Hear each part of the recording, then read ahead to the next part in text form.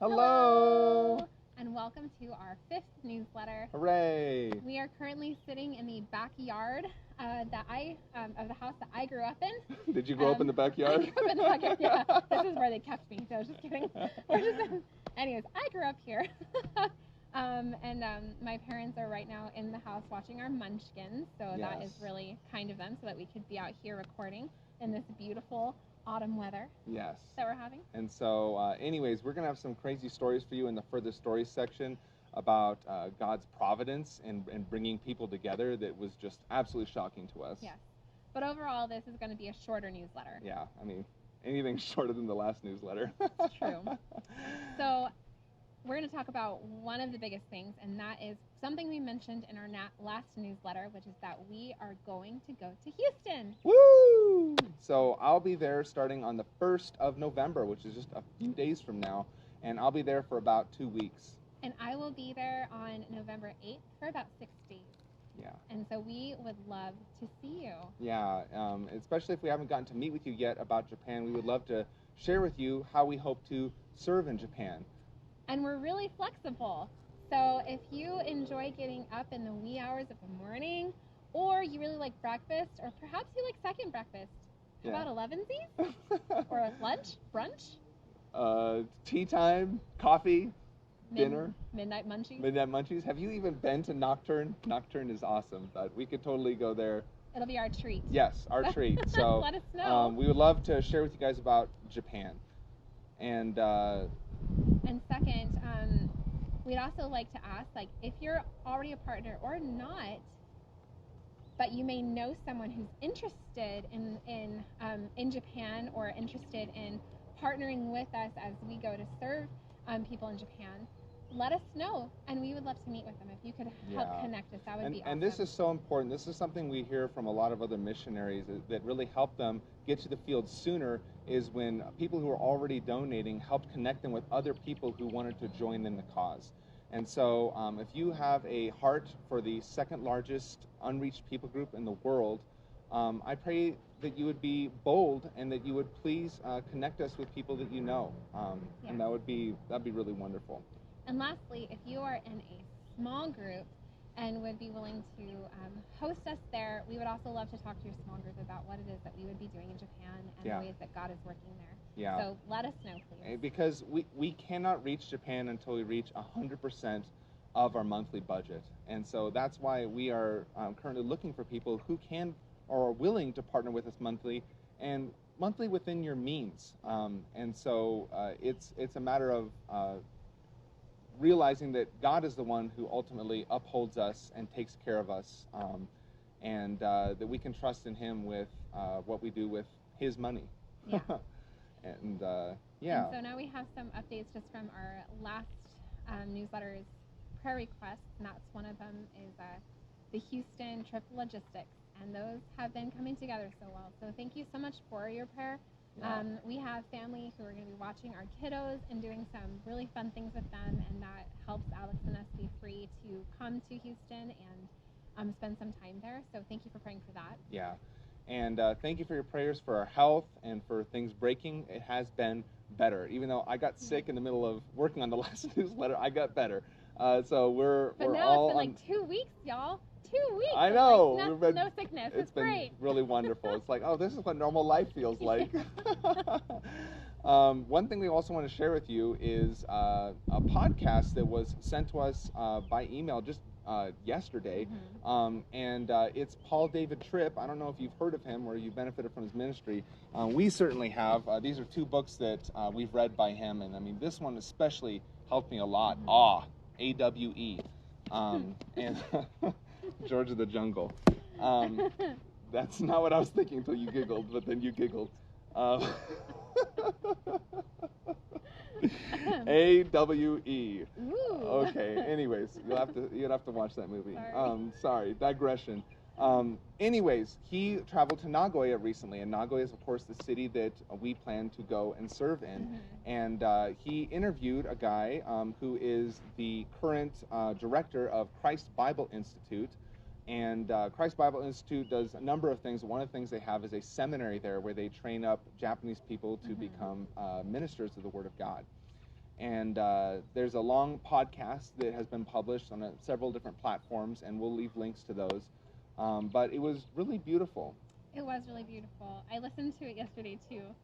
And they started off with an illustration of the gospel where they use the Japanese art of kintsugi for, and that is where you have if a piece of pottery breaks, you can reattach the pieces together using gold.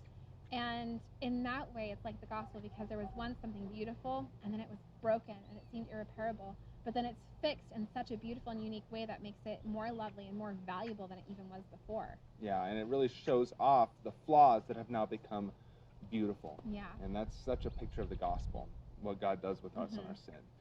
And, they also get into a lot of topics about Japan itself. About halfway through, they started getting into that and talk about a lot of the issues that are there and the darkness that is there, like teenage prostitution, or hikikomori, which is people who are shut in for years at a time, and also just the soaring suicide rate, and just there's that deep need for the gospel, but also the barriers to the gospel, like that it's a very collectivist society, so it's a society where you never want to stick out or be different than anybody else.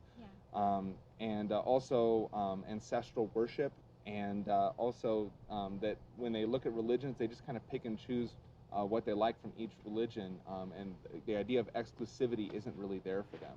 And so that's part of the reason why we are going to Nagoya, is to help support missionaries who are already doing incredible work there, but as their kids get older, they don't have the educational options or care that they had before. And so by having the school here, we're allowing missionaries to be there a second decade on the field. And it was also so beautiful in the interview, just because they shared some stories of how they've been seeing God at work in Japanese, and people who've been moved by the gospel and are seeing the truth of Jesus Christ and His love for them and His acceptance of them. And so it's just really encouraging to listen to. And so if you have time, or even if you don't have time, anyone have long drives in Houston? I know those exist. Yes. This would be a really lovely and encouraging thing to listen to. So next time you're in a traffic jam, you could say, "Yes, I have time to listen to it." Right. That's what we would do. Except with audiobooks usually. Yeah. But it's really cool because they also mention connections with people who have also had a big influence in our lives, like John Piper or Tim Keller. And even they talk briefly about a connection they have with Acts 29 Japan. And that's cool because the church we're coming from in Houston is an Acts 29 church. And so that was really cool. And of course, they have a really strong connection with the PCA because, of course, this CBI, Christ Bible Institute, was founded by MTW missionaries. And so definitely a strong connection with that as well. And so moving on to prayer requests, thank you so much for having been in prayer for us. We are so grateful for the prayers. This month we ask that you would pray just for our hearts and the hearts of people we're reaching out to in Houston and in New Mexico, specifically with churches. We are getting in touch with churches and meeting mission boards and stuff like that to ask for support and partnership for going to Japan. And if you would just be in prayer for that, we would really appreciate it. And then just an update with those prayer requests from last month, some of them still apply, such as scheduling, which I feel like we're saying every time. So perhaps this will be a prayer request for the rest of our lives, because stuff just happens, You feel like you finally got it all right, and then wham, you're like thrown off. And so just to be able to roll with the punches that we're given and still do a good job being faithful at the work that is given to our hands, such as school and parenting and ministry. And then also we ask for prayer for our youngest, and also continue praying for that.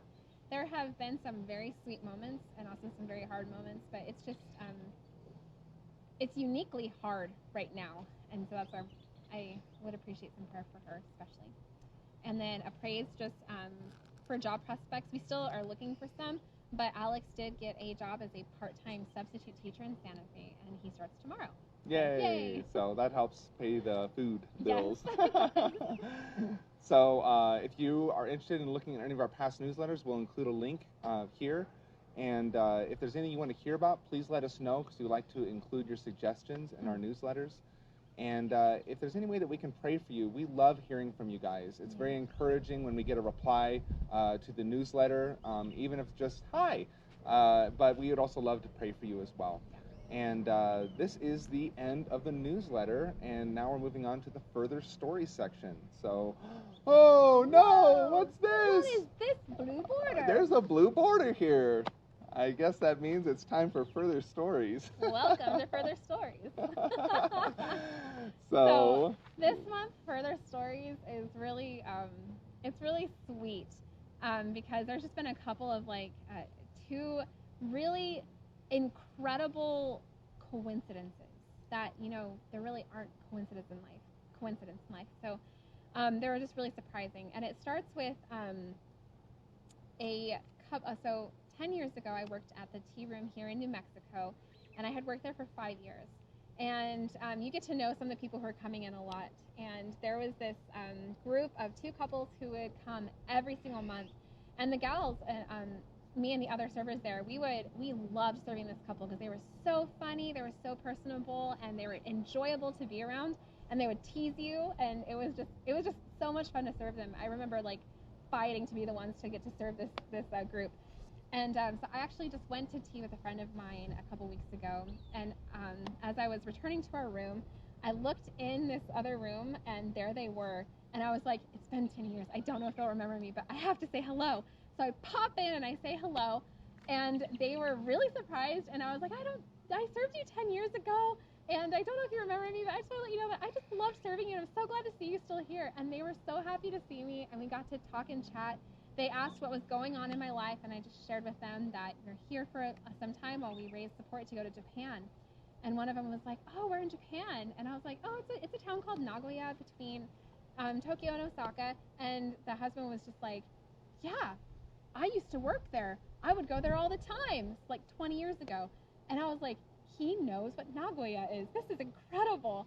And so we had to chat for a little bit. It was really exciting. And then I went to sit with my friend, and my friend had overheard the entire conversation. She's like, Heather, you need to go ask them for their number.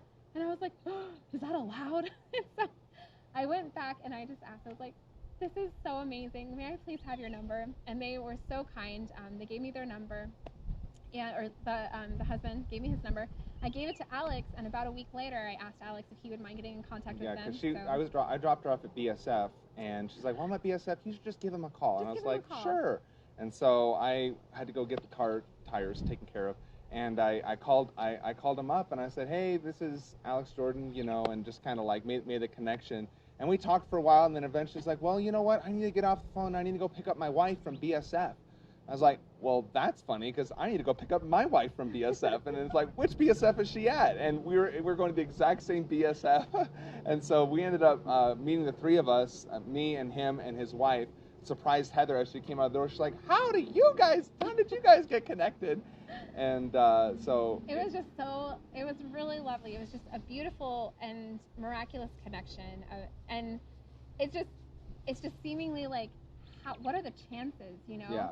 And really it's just how lovely it is that the Lord provides these opportunities in all of our lives. And so we have gotten to talk to them and ask about some of their experience in Nagoya and just their story and their life. Yeah. And it was really, really lovely, and just a really, really cool connection. We were just so excited to be able to meet with them and get to know who they are.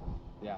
And then the other story was just another really funny thing is that while we were in Houston, we became friends with a Japanese family that came to our home for Thanksgiving 3 years ago? 2 years ago. 2 years ago. Two Thanksgivings ago, we had them over. And they also had us over to their house a few times, yes, too. And after that Thanksgiving, we just connected, and we would do outings together and stuff like that. And it was really lovely, and we enjoyed spending time with their family. And our kids loved them. And it was really sad when we left Houston, and it felt like we wouldn't be able to see them anymore. We might see them in Japan. We hope to. Yeah. They're not going to be in Nagoya, but we hope to see them. But the funny thing is that my family came to visit for the Balloon Fiesta, which happened the first week of October. And I took my cousin and her family to the Balloon Fiesta. Alex couldn't come because he Eleanor was sick. A sick little girl. Yeah. And so we're at the Balloon Fiesta. That first morning, there was about 97,000 people who went to the Balloon Fiesta. It was insane. It was so crowded, and it was just crazy. It was overwhelming.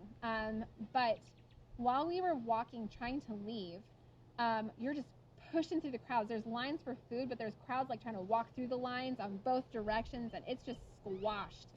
And I'm pushing our little wagon with my 2 kids in it, my cousin's up ahead with her family, and we're just like trudging through, just thinking about the car, thinking about getting to breakfast, you know, after experiencing such an early morning, which was lovely. But I'm pushing through, and I just look up, and I'm like, wait a second, that's them. And I call their names, and they turn to me, and it was that family from Japan. And we were like, From Houston. Yeah, from Houston. And we were like, what are the chances that you would be here? And Clive was so sweet. He ran up and he's like, you want to come to lunch? And they weren't able to. But they said that they hope to visit another time this year because their son is trying to get his driver's license. But the husband just called up Alex right there, and Alex was like, what? I was so shocked. I got this call from this unknown number, and I was like, well, sure, I'll answer it. Which is not normal. Yeah, and I answered it, and he told me who he was, and I was like, what? And he's like, I'm here with your wife. And so it was so shocking. And then afterwards, Heather texted a photo to the wife who wasn't there at that time, and she said, what did she say? She was all like, that's like a miracle that out of the whole big United States you'd meet right there. Yeah. And I mean, out of the whole like balloon field with like almost 100,000 people, that was a miracle. Because my mom was there too, and we didn't know that till later, and they didn't run into each other. Yeah. So it was just a really lovely story, and we just felt it was so touching to our hearts to be able to see this family that we've grown to love, and to meet them there, and then be like, what a gift, Lord. Thank you so much. And got to talk just a little bit in Japanese with their son. So with the little spattering that I have so far. So yeah, it was just really lovely, and we were so glad to be able to see them, just and then be encouraged, blessed thinking, by these crazy we'll get to see them again, you know, coincidences. Yeah. And didn't you also run into them in the blue at another time? No, we ran into them in Houston at the Japanese. There's a Japanese festival. We ran into them, and we didn't know they'd be there. There's a huge festival in Houston too. So yeah, we're really glad to be friends with them. And so, anyways, that's our month of October, and hopefully we see you guys in a few days. Those who live in Houston, in November. So, anyways. And thank you so much for praying for us and for just following this journey and encouraging us. We're so grateful. Yes. Thank you. Well, we'll see you later. Bye.